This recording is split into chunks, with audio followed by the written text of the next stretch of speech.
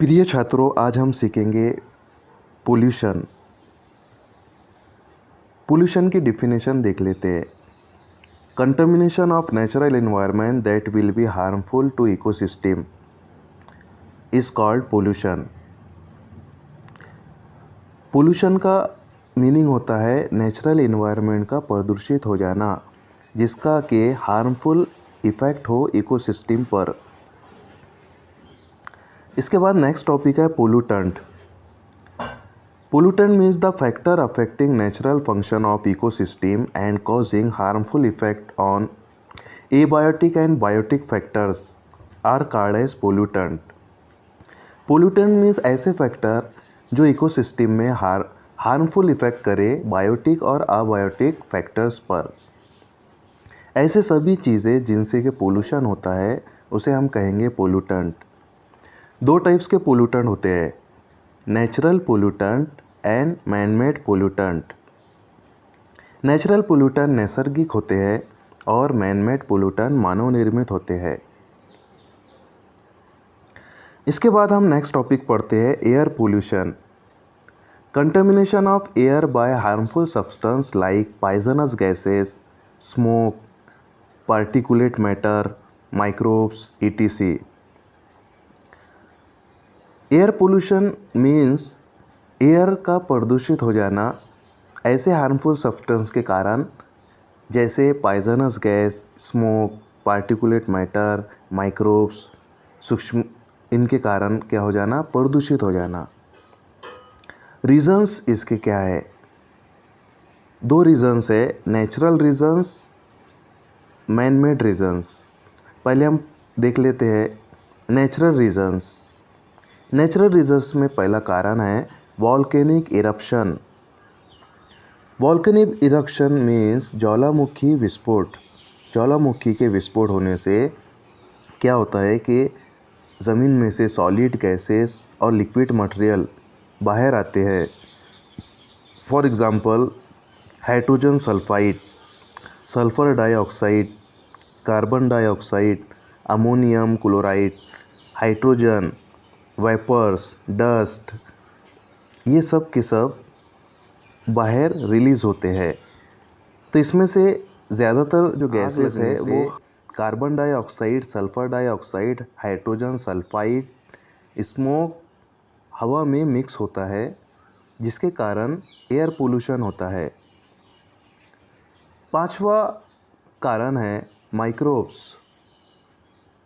Microbes in air, pollen of the parthenium, spores of bacteria, fungi are mix with air. Microbes के spores हवा में mix होने से भी एयर प्रदूषित होती है और उस एरिए की हवा प्रदूषित होने से वहाँ के लोगों को रोग होते हैं।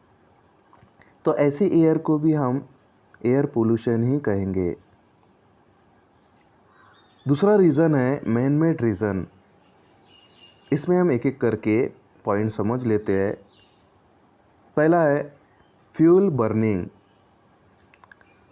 Burning of fuel like coal, timber, LPG, kerosene, diesel, petrol release carbon dioxide, carbon monoxide, nitrogen oxide, sulphur dioxide, lead compound are release in the air. Fuel जलाने से जो पॉइजनस गैसेस है वो हवा में मिक्स होती है जिससे कि एयर पोल्यूशन होता है। दूसरा रीज़न है इंडस्ट्रियलाइजेशन। इस इंडस्ट्रीज से निकलने वाला और फैक्ट्रीज से निकलने वाला जो धुआं है, जो स्मोक है, वो लार्ज क्वांटिटी में होता है जिसमें कि sulphur powder, nitrogen oxide, cotton seed powder और पॉइजनस गैसेस हवा में मिक्स होती है जिससे कि एयर पोल्यूशन होता है। तीसरा कारण है atomic energy plant and blast. तो use of element like uranium, thorium, graphite, plutonium release radiation in air and thus pollution occur. Atomic power plant में यदि ब्लास्ट होता है या न्यूक्लियर वेपन्स ब्लास्ट होते हैं तो इसके कारण हवा में रेडिएशन फैलने से लिविंग ऑर्गेनिज्म पे दूषित परिणाम होता है। नेक्स्ट टॉपिक है इफ़ेक्ट ऑफ एयर पोल्यूशन। अब हम देख लेते हैं कि एयर पोल्यूशन का इफ़ेक्ट प्लांट पे कैसे होता है और एनिमल पे क्या होता है। पहला हम देखते हैं effect on plant. First point, stomata gate closed. Plant के पत्तों में लीफ मार्जिन में स्टोमेटा होता है जहाँ से गैसेस का एक्सचेंज होता है।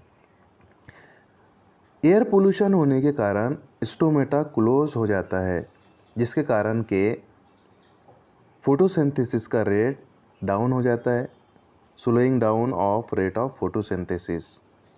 और जब फोटोसिंथेसिस कम हो जाएंगी तो प्लांट की ग्रोथ भी रुक जाएंगी। तो तीसरा पॉइंट है ग्रोथ इज़ रिटार्डेड और लीव फॉल ऑफ और बिकम येलो।